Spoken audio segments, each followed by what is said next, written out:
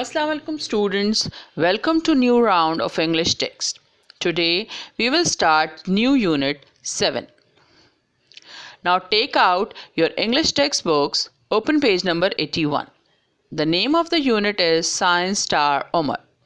First I will read unit 7, but before reading, highlight and underline the difficult words and learn the unit for dictation. Point number 1, Omar Khayyam AD 1048 till 1131 was born in Khorasan in Persia, now known as Iran.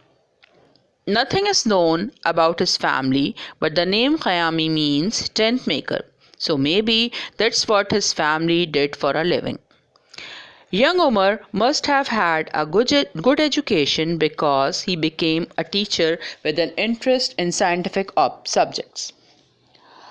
But he found it hard to study. He later admitted that as a teacher, he was so busy teaching, he had little time to find out about the subject he was supposed to be telling children about. Does your teacher have this problem? And dare you ask? Point number 2. At least Omar managed to find time to write a book on algebra and another on music. Given a bit longer, he might have written a book on musical math. Around 1070, Omar made friends with an important judge, Abu Tahir.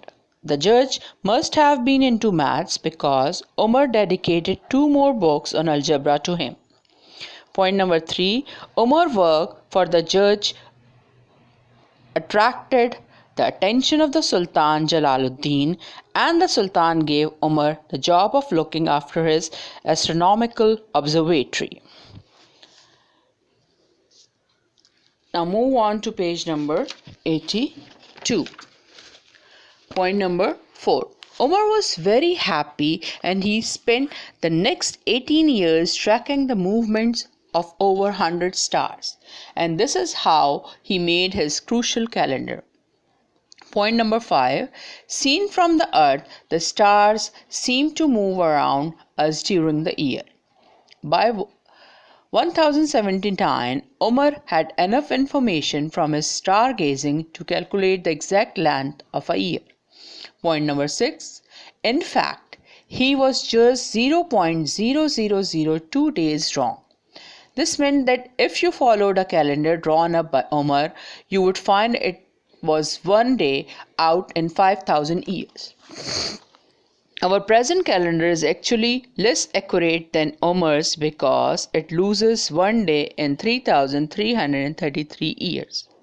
Point number 7. Omar advised the Sultan to rejig the calendar to fit in with his newly calculated year. But then things began to go wrong. Point number 8. First, the Sultan died. Point number 9. Omar thought things could carry on because he was a Paul of the Grand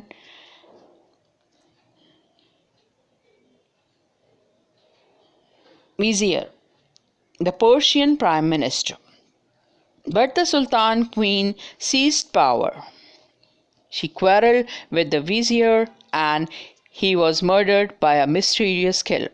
Point number 11. Any friend of the Vizier was not exactly flavor of the month with the Queen.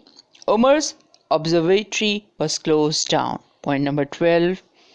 Omar wrote a book claiming that the ancient rulers of Persia were really nice people, kind-hearted and generous, especially to astronomers like Omar. Now move on to page number 83, point number 13. But the Queen was definitely not amused by this unsubtle hint, and not surprisingly, Omar was never given another job. Point number 14. One of Omar's job was to draw up horoscopes based on the positions of the stars to foretell the future for important people. He wasted lots of time on this even though he secretly did not believe in it. Of course, people still believe in this practice known as astrology, but you would never catch a modern scientist peeping at their horoscopes in the paper. Now, students, read the unit again with the understanding of the unit and learn all the highlighted words. Thanks. That's all for today. Allah Hafiz.